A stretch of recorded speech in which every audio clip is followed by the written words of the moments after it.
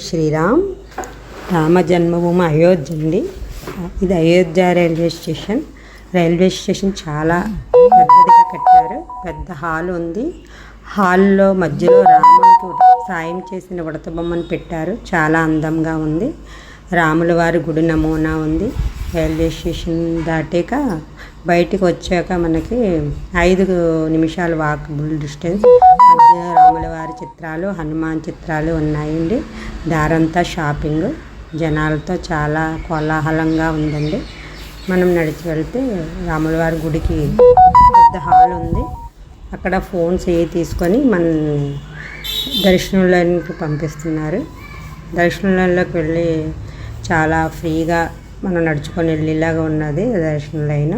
అలా వెళ్ళాక స్వామివారి దర్శనానికి గుడి ముందు 4 లైన్లు పెట్టారు. ఆ లైన్లో అందరం ఎటువంటి తోపుళ్ళు లేకుండా స్వామివారి దర్శనం బాగా చేసుకొని ఏర్పాటు చేశారండి. దర్శనం బాగా జరిగింది.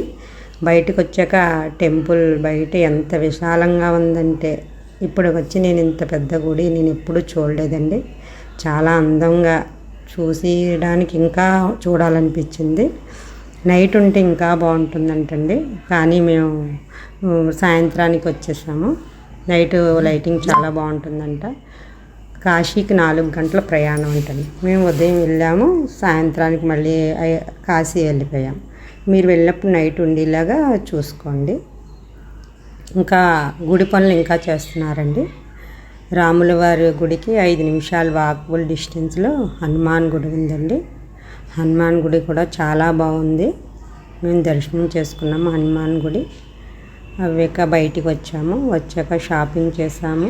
ఎక్కడ చూసినా రాముల వారి చిత్రపటాలు, హనుమాన్ చిత్రపటాలు. భక్తులందరూ స్వామివారిని తలుచుకుంటూ చాలా కోలాహలంగా ఉందండి. గుడి కూడా చాలా విశాలంగా ఉంది. జై హనుమాన్, జై